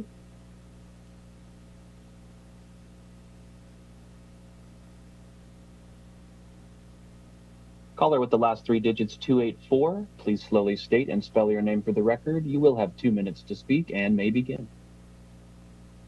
Good afternoon. My name is Brandon Summers, BRANDON I'm a resident and native of Las Vegas, and I'm calling in support of SB 369. My relationship with the criminal justice system began in 2013 after I was arrested following a misdemeanor citation related to street performing. And without getting into the weeds of issues street performers face in Las Vegas, I want it to be clear that my situation as a musician who performs in public forums is not unique. The arresting officer overcharged me in retaliation for filming him, and my bail was set at $3,000.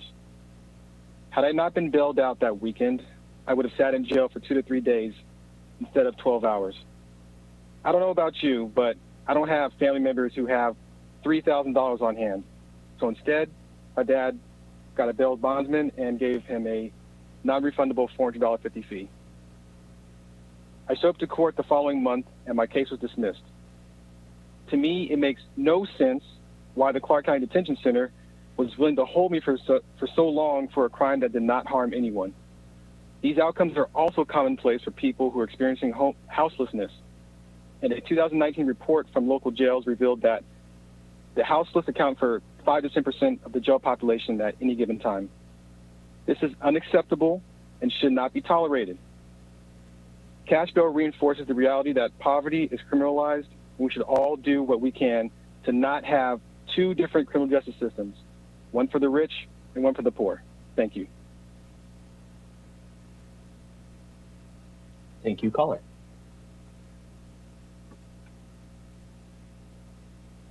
Caller with the last three digits 318, please slowly state and spell your name for the record. You will have 2 minutes to speak and may begin. Good afternoon, Vice Chair Canizaro and members of the Senate Judiciary. This is Kendra Birchie, BERTSCHY, with the Washoe County Public Defender's Office.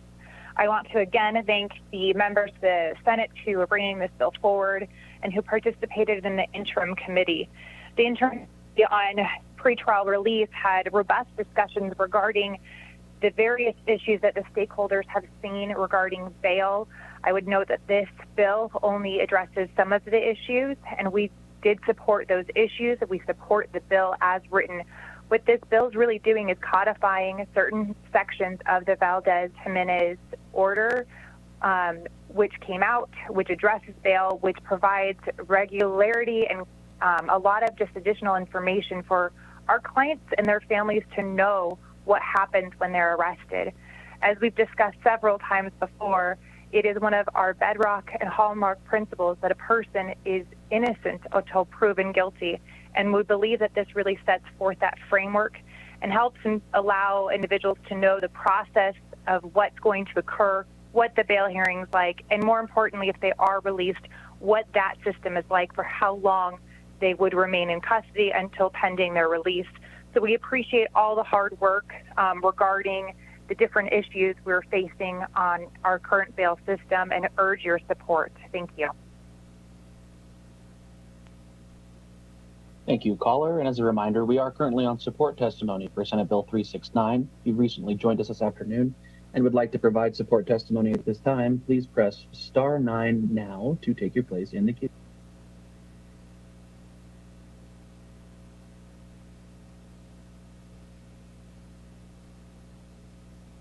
Caller with the last three digits 771. Please press *6 to unmute, then slowly state and spell your name for the record. You will have 2 minutes to speak and may begin. Hello, everyone. My name is Leslie Turner, LESLIETURNER, and I'm calling in support of SB 369. And I just want to first thank the interim committee for the work that was done and the hearings and the conversations that were had to bring us to this point. I think that it's really important that all systems that are involved in the criminal justice system are investigated so that we can alleviate the inevitable harms that are within. I want to just point out that the bail bonds industry, because someone from the committee brought this up during SB 401, that hearing. When someone goes through a bail bonds, like, they don't get that money back. So if you post a full bond directly to the court or directly to CCDC, that's money that's returned to you when your hearing, when your case is resolved. And a lot of the time, these cases, as the caller before me told his story, that case was dismissed, but he didn't get that money back. So I think it's really important that we understand that the bail bonds industry is a for-profit industry that's profiting off of bail. They're not a part of the actual system itself. So we have to look at the system itself to figure out how to make it equitable regardless of who's making money off of it. So that is the point. And I want to just, again, thank the committee for bringing this. I support the bill as written. And I think that, the Supreme Court spoke. Last legislative session, we had AB 325, which was a bill we were told was, crazy. It got switched over to AB 125, and then it died, and then we got the study bill. And so basically everything that was in that bill was in the Supreme Court decision. So it wasn't crazy. It was actually what needed to be done. So let's get it codified and let's move forward on real bail reform to make pretrial detention equitable for the community. Thank you. Thank you, caller. And with that, Vice Chair, there are no more callers to give support testimony at this time. All right, thank you. If we could move on to those who'd like to testify in opposition. Thank you, Senator Harris. To testify in opposition on Senate Bill 369, please press *9 now to take your place in the queue. Once again, to testify in opposition on SB 369, please press *9 now to take your place in the queue.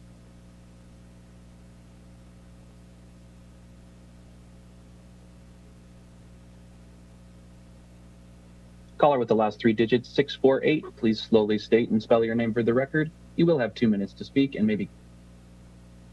Thank you, Chair Scheibel, Leader Canizaro, Senator Harris, and members of the Senate Judiciary Committee.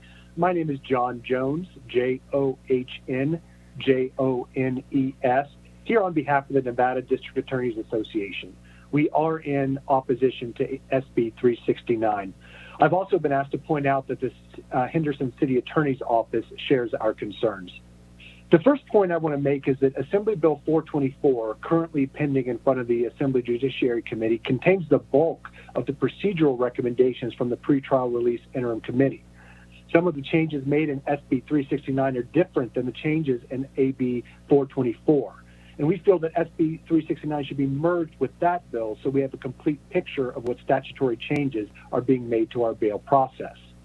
With respect to SB 369 specifically, while prosecutors acknowledge that the Valdez-Jimenez decision places on us the burden to prove by clear and convincing evidence that the conditions requested are the least restrictive, Section 3 of the bill seems to imply that a court may only consider the bail or release conditions argued for by a prosecutor. We want to be clear that a judge can impose any condition they feel is appropriate if they find, after hearing argument, that the conditions they are posing are the least restrictive. In other words, a judge should not be bound by the prosecutor's request if they feel that a different condition would suffice as long as they make the least restrictive finding. We believe that is what the language in SB 369 is intending, but would like more clarity. The DA's Association is willing to meet with Senator Harris, and we've already begun to reach out and to start that process. We look forward to working with her on both SB 369 and AB 424. Thank you for your time. Thank you, caller. And as a reminder, we are currently on opposition testimony for SB 369. If you'd like to provide opposition testimony at this time, please press *9 now to take your place in the queue.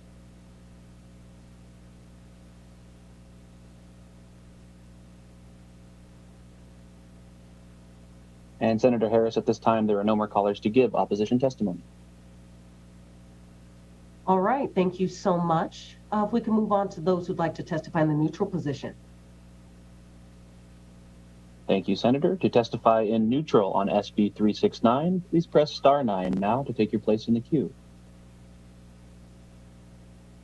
Once again, to provide neutral testimony on Senate Bill 369, please press star 9 now to take your place in the queue.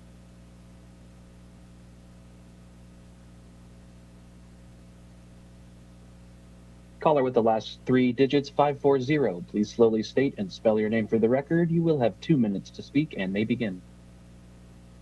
Good afternoon, Senate Judiciary Committee. My name is Serena Evans, SERENAEVANS, and I'm the Policy Specialist for the Nevada Coalition to End Domestic and Sexual Violence.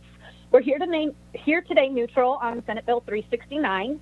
I want to first start just by stating that we at the Coalition understand the need for bail and criminal justice reform, but as we do with everything, we approach bail reform through a victim-centered lens, and that's why we're here neutral today. Victim survivors of domestic violence, sexual assault, harassment, and stalking deserve the peace of mind of safety. Knowing that their perpetrator is being held in jail or knowing that they were released with certain conditions of bail provides the victim survivor with the comfort in knowing that they are safe. Every case of intimate partner violence is unique and requires a unique response to keep that victim survivor, their children, and their families safe. While we agree the burden of proof should rest with the state, our concern is that by establishing the burden of proof at clear and convincing evidence for all crimes may increase the safety risk of victims of sexual violence and domestic violence. In some cases, there is little time for victims to be heard by the prosecutors as to their concerns for safety. We also know that interpersonal violence isn't black and white, and many of the relationships are complex and victims are dependent on their abusive partner. It is only with time and support many victim survivors feel safe to move forward with prosecution. We know that it's possible to end cash bail while also centering the safety of victim survivors, and we look forward to working with the bill sponsor to find that common ground. Thank you so much.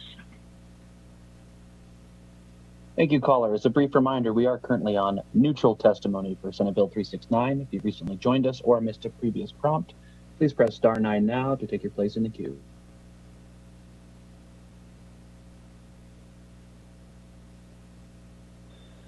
Caller with the last 3 digits, 140. Please slowly state and spell your name for the record. You will have 2 minutes to speak and may begin. Good afternoon, Mark Ebel here again, MARCEBEL. I'm the Director of Legislative Affairs for Aladdin Bail Bonds and also its affiliated surety.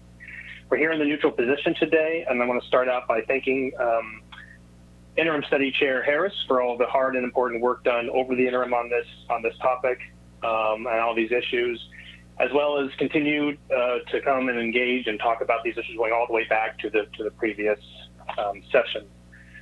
We're neutral today because, well, let me start off by saying we first have always supported reforms to the pretrial process that maximize the goals of the pretrial process, that being to ensure the maximum amount of people achieve pretrial release under the least restrictive means possible, while also ensuring judicial integrity and public safety.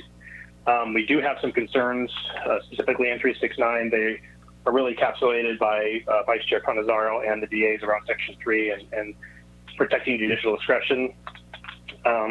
We hope to be included in the process going forward on the bill. And again, thank you to Senator Scheibel and Senator Harris for bringing this bill forward. And if there are no more questions, I'll yield the rest of my time. Thank you.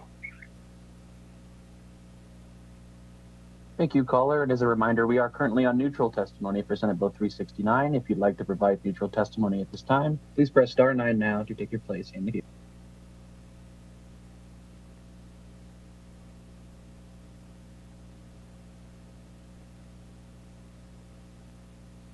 And Senator Harris, at this time, there are no more callers to give neutral testimony on SB 369. All right, thank you so much. With that, we'll close out the testimony, and I'll turn it back to you, Chair Scheibel, if you'd like to make any closing comments. Thank you, Senator Harris, and I want to thank the committee for hearing this bill and let you guys know that, as always, I remain committed to working with our partners and the stakeholders to ensure that we get the language right in this bill. All right, with that, we will close the hearing on SB 369. And I'll actually hand it back to you, Chair Scheibel. Well, thank you. We will move then to public comment. If there's anybody wishing to give public comment, you will have 2 minutes.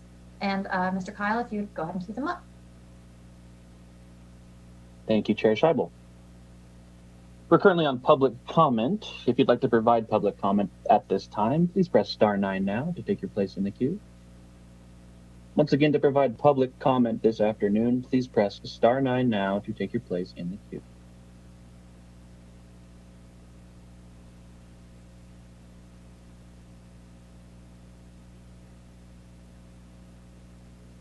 And Chair, the phone lines are open and working. However, there are no callers to give public comment at this time. All right, thank you for your help. That concludes today's meeting. We will be meeting again tomorrow at 1 p.m. And until that time, we will be adjourned.